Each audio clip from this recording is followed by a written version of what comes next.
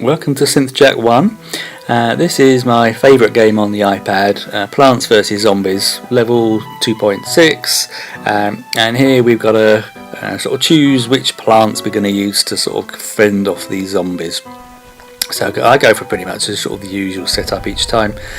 What we need to do is the zombies are coming from the right and we're protecting the house on the left.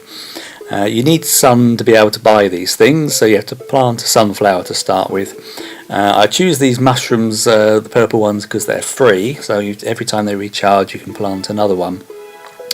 So they give you a first line of defence while you're trying to build up some money for, sun, from your sunflowers. So here we go, sort of waiting, because I saw that the level had effectively started, the monsters were coming. I waited to see the first one so I could actually put two of those purple mushrooms sort of on the same row. That gets rid of it a lot quicker. But what I want to try and do is to build up a column there. It's going to be a bit of a problem at the bottom, but we'll come to that later. What I've just planted there is sort of exploding spuds, which are pretty inexpensive, 25, and they are very, very useful.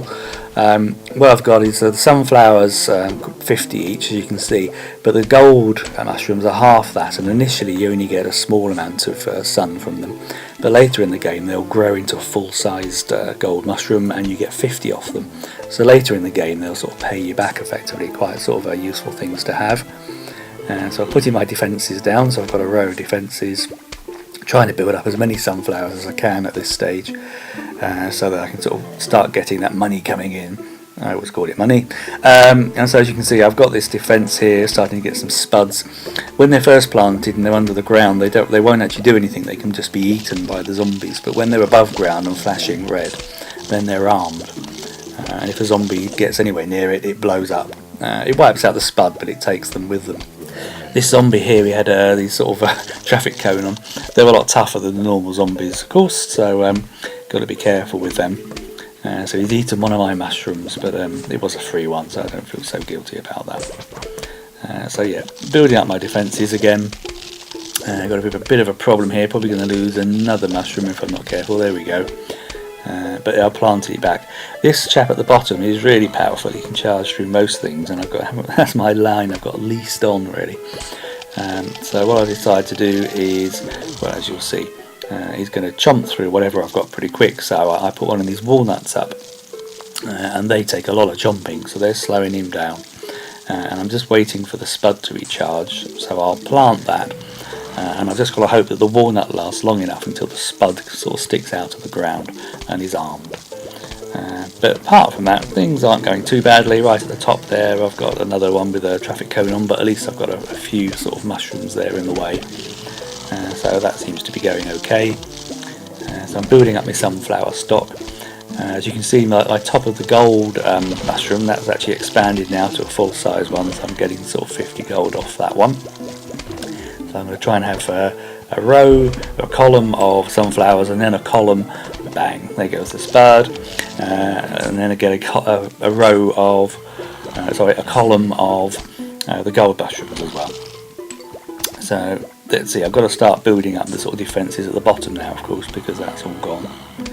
So I'll do a bit of planting here. There's a gravestone in the way as well, so I'll get rid of that later with the 75 cost unit, and that'll eat up gravestones and give you an empty space, which is pretty handy. So the idea here was really to sort of try and get a few mushrooms with spuds in between to give a pretty good defence.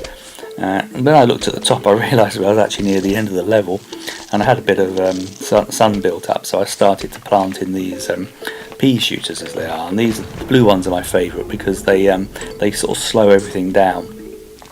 So they only send out one pea, but because they slow everything down, they're certainly well worth it. Probably better than the slightly more expensive 2p green shooter. So I had some money, so I thought, well, I'll put another pea shooter in the centre one where there's quite a lot of nasties about, and when that recharges, I'll put one at the top as well. And that's really where pretty much quite a few of the nasties are at. Spuds are going off and things like that, so it's a good line of defence. The advantage here is as you sort of get stuff eaten, you can just plant free sort of mushrooms, or you can put walnuts in, and that will really slow everyone down. So yeah, at this stage of the game things are going pretty well, quite sensible. And then once you get the last ones gone, you get a, a sort of a new sort of plant which you can use in the sort of subsequent levels. So getting pretty close here. Not sure if they're both going to get zapped by the spard. Pretty close. Bang, 2 in 1, and we get the next one, which we can then use in the latter. Anyway, hope you like this. If you do, let me know and I can put some more on. Cheers, thank you for watching.